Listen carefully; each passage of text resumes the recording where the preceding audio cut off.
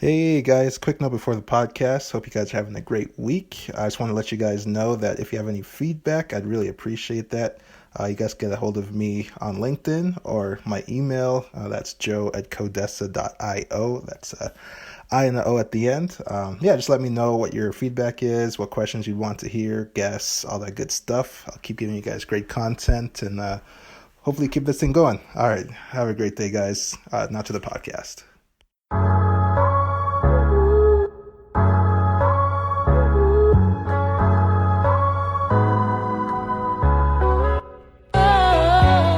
Hey, business family, welcome to another episode of Joe Momo Presents. I'm here with a really special guest. She's an awesome member of the Calgary business community. She's an executive and leadership coach. She's one of three master certified coaches in Calgary, one of 54 in Canada. She has 15 years of experience. She's a contributor to Forbes and a MBA mentor through the Hezekiah Business School. Um, Aside from all the accolades, I have Jenn Lofgren with me today. Welcome, Jenn. Thanks, Joe. Great to be here. Awesome. So yeah, let's jump right into the podcast. Maybe tell us a little bit about your origin story to give some context to the listeners. Well, I think a place to start is to talk briefly about where I started my adult life. And as a teenager, I found myself at 15 uh, experiencing a lot of adversity and living out of a shelter and trying to go to high school. And I managed to make my way through.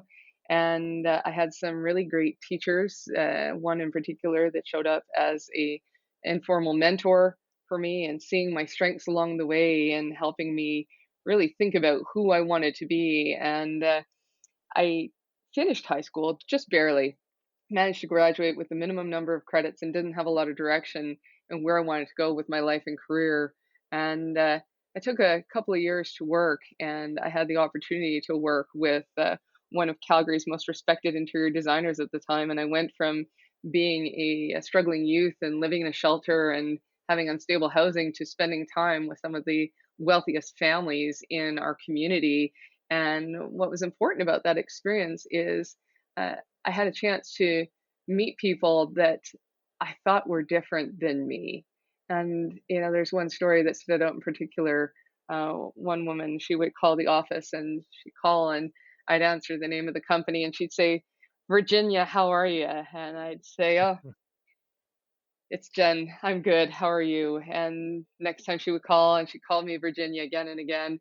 And one day this happened again. And she says, oh, Jen, I'm so sorry to call you Virginia. It's just you remind me of my best friend, and her name's Virginia, and I hardly ever get to see her anymore. And from then on, every time she called me Virginia, I would just say, I'm doing good. How are you? And no longer correct her. And it was from that experience and a few others that I decided that looking back on where I'd come from and what I'd been through and how everybody's really dealing with the same challenges, I decided my path was going to be psychology, and I entered university in psychology, and I wasn't successful. I didn't have a great GPA. I wasn't getting into my faculty out of general studies, and I decided to take a break from university to create a plan and figure out how I was going to be successful and get some more support around myself.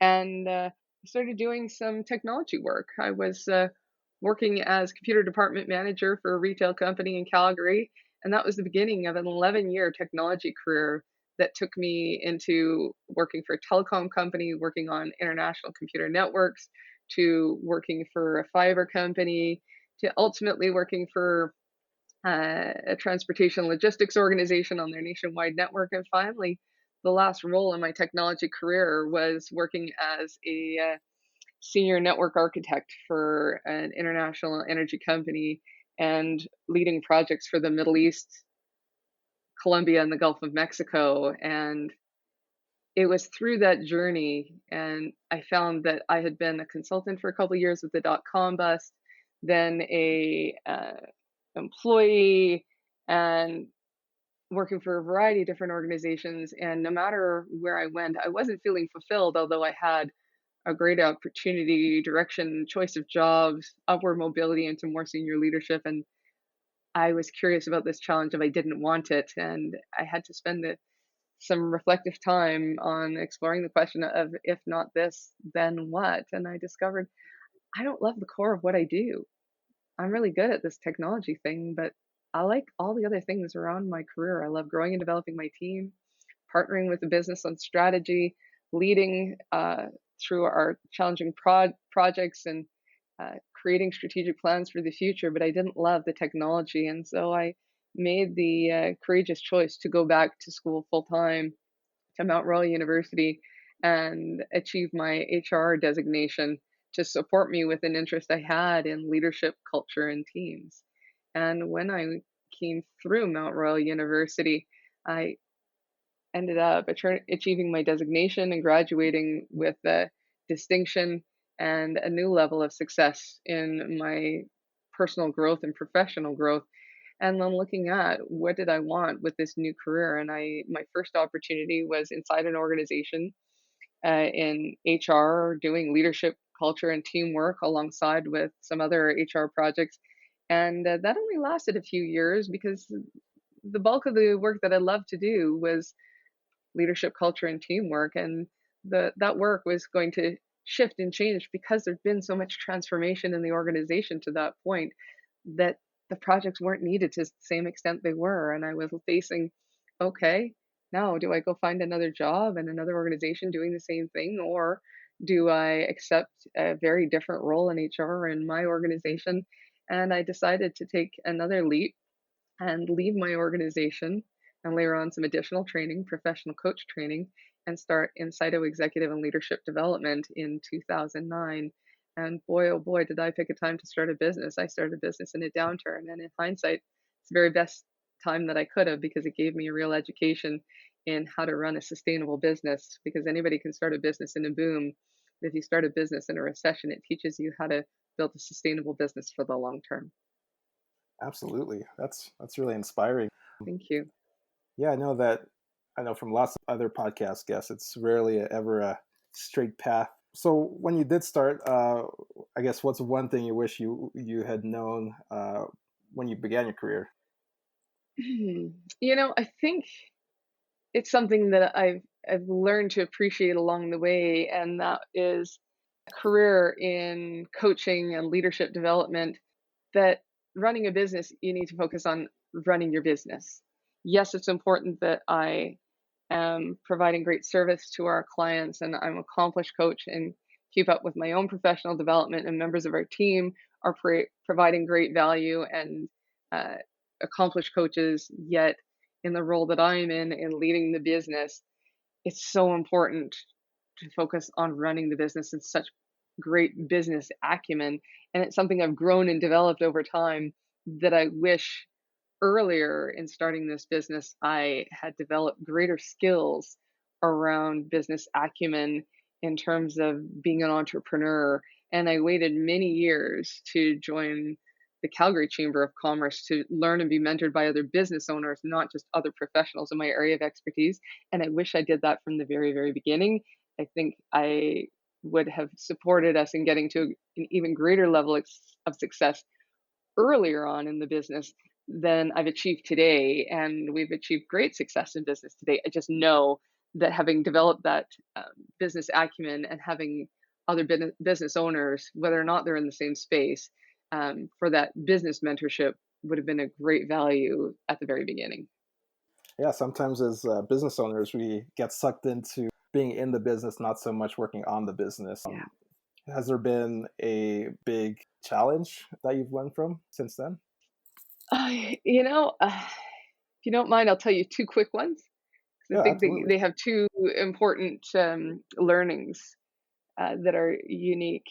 And the first one is, can't remember when it was, probably 4 years into the business, on some advice from someone I didn't know very well. I was convinced to create an e-course as another product line for our clients, and invested heavily in full production of an e-course. And upon launching it, sold nothing. My big learning from that was I created a product that I hadn't gone through minimum viable product testing, and I built a product for clients that we no longer served. It was a product that was focused on entry-level leaders, middle managers, and I wasn't paying attention to the shift in our clients that we were starting to serve most of our clients, director, VP, and C-suite at that time. And those are clients that aren't looking to take an e-course. And I learned my lesson to sit back and reflect and really talk to our clients and understand what are some of the other challenges that they have and how can we meet their needs, whether it's in different ways to offer our services, new services, or helping them with new challenges. And that was a mistake I made at that time that I've greatly learned from. And I think the other one is not a big failure, but a challenge was in 2015, there was another economic downturn. And that one was a challenge because I saw some of the signs that there were going to be some changes in the energy industry. No one could have anticipated the global collapse in energy prices and the geopolitical challenges around it. And we lost 70% of our business between September and November 2015. But what I Wow. had done starting in January, when I started to see some of the challenges in the energy industry, thankfully, because my husband is in the energy industry himself. And through that learning, I had learned to see some of the signs of up and down. I started doing more business development back in January, that 2015, in the other sectors that we were serving. And we lost that business, all of our energy and energy services clients, 70% of our business in the fall of 2015. But because of my business development efforts, which was really building relationships in those other industries we served, come January 2016, new clients started to call, new opportunities started to come. We replaced that business by the end of February 2016. It was fast and furious. And then we continued to grow and grow and grow, not just up till June, when things usually slow down for summer. We started getting new clients all throughout the summer and grew leaps and bounds through 2016. So we went from a real challenge of an economic challenge, but the learning in that was to always be doing business development. And I think of business development as always looking at new ways to create value and build relationships with people that won't necessarily become a client, but to understand the value that you create and to give freely into the business community. And it'll come to you leaps and bounds through good karma. And that's really what happened for us through 2016. Wow. Yeah, talk about turning a negative into a positive. That's amazing. Thank you. I love the advice of always putting good karma into the ecosystem. It always comes back somehow. Maybe not right away all the time, but it usually comes back in leaps and bounds, like you were saying. For somebody wanting to pursue a career in leadership coaching or your industry in particular, what advice would you give them when starting out? I think the first one is there are very few, if any, jobs as a coach. And a lot of Mm. people will go down this path hoping that they're going to find a coaching job. And a choice to become a leadership coach is a commitment to being an entrepreneur and a commitment to that business acumen piece I talked about. And I think the other thing that's important is it's important to go get professional coach training. I see so many former HR professionals or former executives and people from all walks of life wanting to become a coach, and many of them deciding to become a coach because they've got lots of great background experience and they're just going to serve people and create a website and start a business. And they struggle because the service they're providing isn't coaching. And it's important to go and get education as a coach. Professional coaches have more than a year of professional coach training and going through supervision with accredited coaches and rigorous exams to hone their skill of coaching so that you're able to create great value with the background and foundation of expertise that you bring through the art of coaching. So I think those are the two pieces, to be really committed to your own professional development, but also that commitment to an entrepreneurial lifestyle and mindset. Has there been a unique skill that you'd say has helped you become successful or a great coach?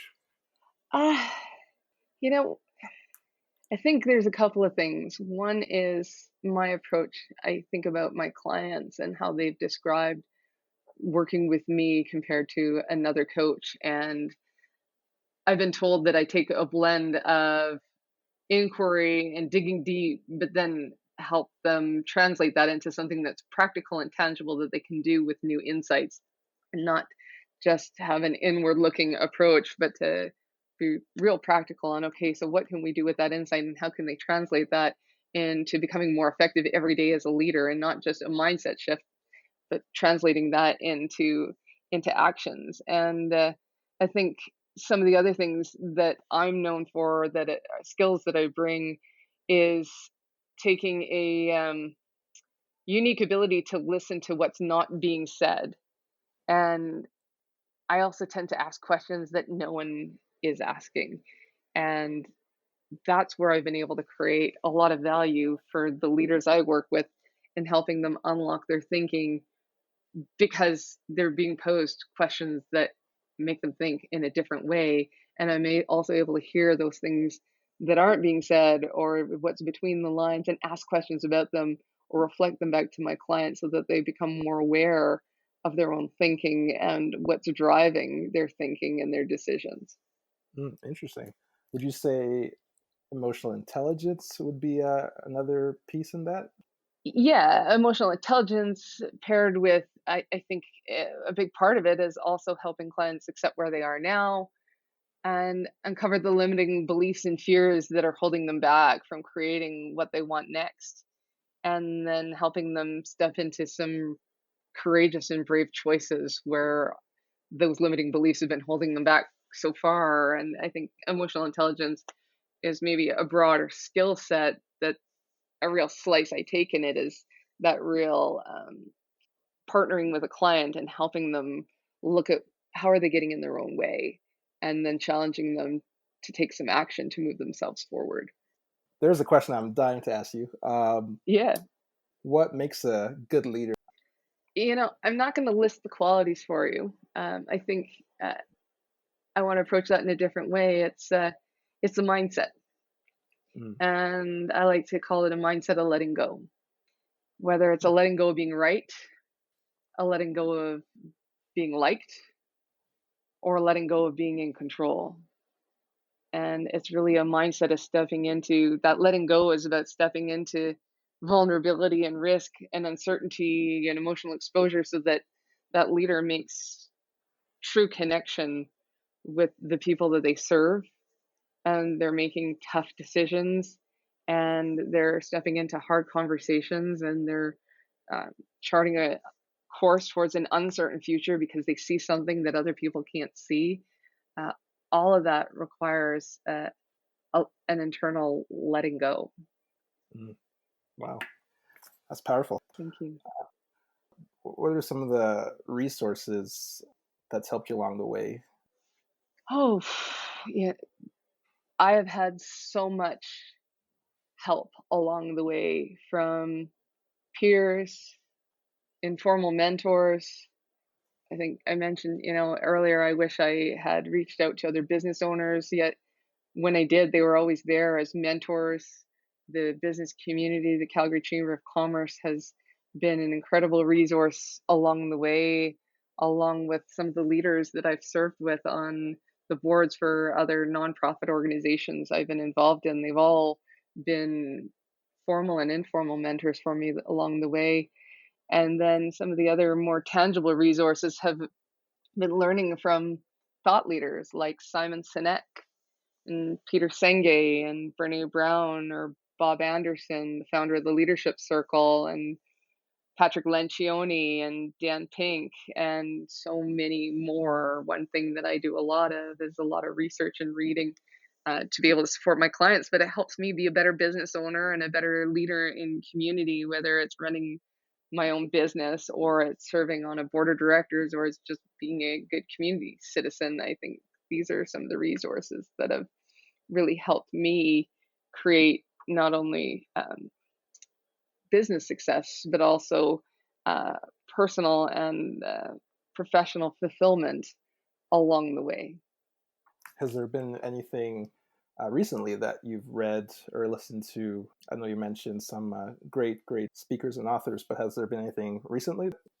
Yeah, there's a great book that I received, as a gift from someone or at a conference, and it sat on my shelf for a year. And I don't know about you, I end up with the stack of business books that I want to get to eventually. And in the line of work that I do, it's an ever growing stack. And there was this one that just sat there and looked at me from time to time, and I was drawn to. And then on a week off last summer, I read it, and that book is Essentialism by Greg McKeown, and it was an unexpected book.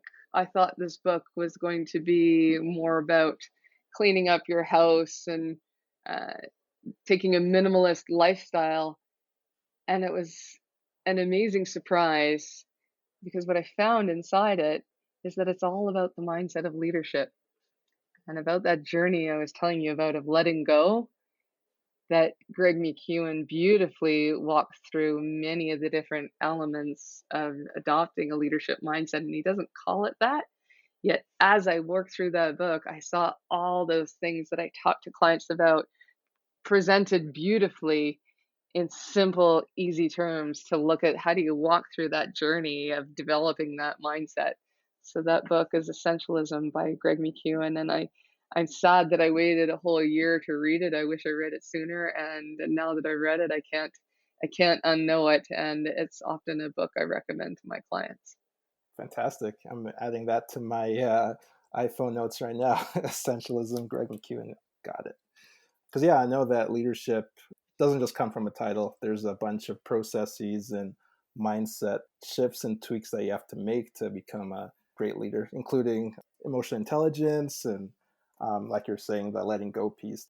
Well, Joe, and I talk with a lot of leaders about you can learn all the skills and tactics of leadership. But if you're going to apply those from one mindset versus another mindset, the mindset piece makes all the difference on how you execute on those skills and tactics. And I use the example of if you learn how to give feedback to someone and you learn a framework and you go deliver the framework and you do it from a place of not caring and no empathy, then the chances of that person hearing your feedback are reduced. But if you come into delivering that feedback from a mindset of not being right and a mindset of care and concern for that person, but also boundaried and letting go of being in control of what they do with it next, then the chances of that person accepting and hearing your feedback and considering it goes up dramatically. Interesting. Kind of going back into leadership coaching and your industry, what's one common myth about leadership coaching that you wish was debunked? Could I give you two? Sure. First one is coaches solve your problems. Coaches don't solve your problems. Coaches are there to be a catalyst to help you solve your own. And coaches will bring lots of tools and resources or experiences with their own clients to share with you. Yet ultimately, you're ridiculously in control. And a coach there is to help you solve your own problems. And I think the other one is just because someone uses coach in their title doesn't mean they have any training or qualifications to become a coach. And it's a space that there's a lot of confusion. And yet, I am looking to keep getting out there in the world and helping people dispel the myth that not all coaches are created equal. They're not. And that a really great coach does come from a credentialed background. Right. What are you curious about right now? It could be personally, professionally.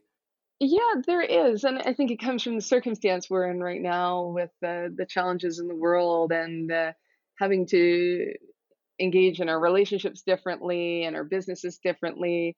What I'm really curious about now is looking at how do we approach building relationships in an ever disconnected world where we're wanting connection more than ever. And more specifically, I'm curious about the challenges for men. Probably 70% of the leaders that I work with are men, and seeing the challenges of men having shrinking and shrinking communities with other men. That's really where my curiosity is lying right now, is this challenge around creating connection, given all the connection challenges we're experiencing right now, but specifically that challenge for men having community with other men.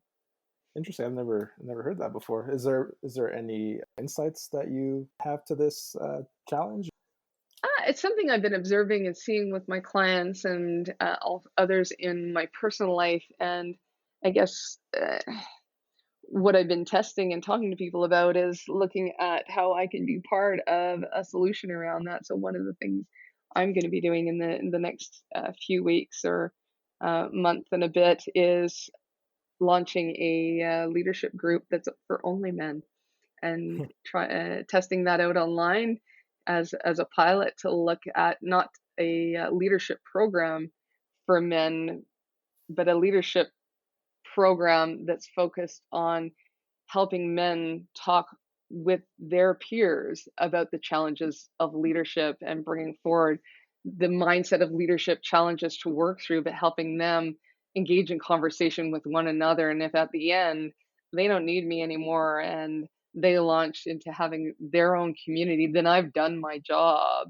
The goal is not to teach them content, it's to use some content to as a topic of conversation and to unlock their learning in community with each other and look at what emerges for them from that process. Very cool. So, kind of stepping back again, how's Calgary changed in particular from when you started to where you are now? I think the dramatic thing is the big shift in the energy industry, and as a result, our economy as a whole in Calgary has dramatically shifted. We were the coveted head office of the West City, and we're struggling with identity now as a city, and the business community is also struggling with identity and who are we now as a business community and a community as a whole. And I think Calgary is in a period of transition and identifying um, who we want to be next, because we can't go backwards, we can only go forwards. And there is no what was, there is what's emerging next. And so I think that's the biggest shift that I've seen in Calgary, is really this mindset shift that's happened as a result of the collapse of our energy sector. Interesting article on your website, strategic planning in uncertain times. It'd be awesome to get some of your insights, share some of your insights with the listeners as well. Well, and we did a webinar on that actually earlier today, and there's a couple of things we were talking about. Is strategic planning in uncertain times is it's like you're building an airplane while you're flying it, and you're running the business, and although you're in crisis mode, need it how important it is to have a direction and to build that strategic plan framework, yet keep it really simple, like building an airplane in the sky. uh, you got to attend to the really core essential pieces and let go of all the nice to haves, because you don't have the time to deal with that. You're still flying the plane and time is of the essence. There's also some direction you've got to build in and to let go of the perfection that goes with it. And uncertain times, it's actually a really great time to do some strategic planning, because it cuts like a knife through butter towards what's important. When you're doing a SWOT analysis in certain times, or really no times are certain, but we can have the illusion of that, we can get distracted with what truly matters, or what really our strengths are, and what the opportunities are that are we're presented with, because it's like the smorgasbord. Yet in uncertain times, we're able to cut through to what really needs to grab our attention and what we really need to pay attention to. And the last piece I think that I want to share, and there's so many things we talked about, but it's looking at it's not so much about the written plan. Yes, it's important to write it down, but what's really important is to engage in the process of strategic planning, is getting alignment with your team and having the hard conversations about what are we going to say yes to, and even more, what are we going to say no to and why. It's about making tough decisions and placing a bet on a particular direction, even though it's uncertain, because everybody needs direction. And yet, if your leadership team isn't aligned on a direction because you haven't had the tough conversations, then you're going to keep going in circles. And everybody needs a vision and direction, even if it's going to change. Absolutely. a couple more questions here. Just again, so much value, leadership value, and value from just your insights. Where can our listeners connect with you online? And also, is there any upcoming webinars you'd like to spotlight, or any upcoming events or content that you'd like to make our listeners aware of?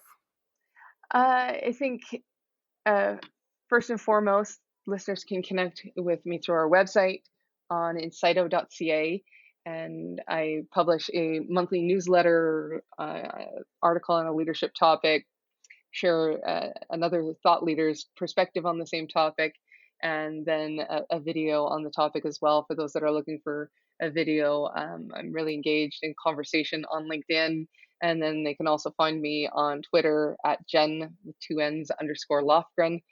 And in terms of upcoming webinars, we're doing a regular webinar series as a result of COVID on Fridays at 1 o'clock. And we post those through our social on LinkedIn. And our next one is going to be a coffee with coaches next week at on Friday at 1 o'clock. And I'm also speaking at the Leveling Up E-Summit on May 27th. So there's a few places that they can connect with me and stay in touch. I usually like to end the podcast with our guests giving maybe a question to the audience, or maybe a story to kind of leave them marinating with this great value and insights. And there's a quote that stands out for me, and this quote I was introduced to by an organization I serve on the board for, the Calgary Youth Justice Society. This is a quote that they use in their leadership development program for struggling youth. And I think before I share the quote with you, a little bit of why this is important to me is comes from this adversity I had as a young person, and my choice around possibility. I live my life with a belief that we create our own possibilities, and that I'm ridiculously in control of what I create and what I do in response to my circumstances. And this quote is from Dan Custer, and it goes like this: Every morning is a fresh beginning. Every day is the world made new. Today is a new day. Today is my world made new. I have lived all my life up to this moment to come to this day. This moment, this day is as good as any moment in all eternity.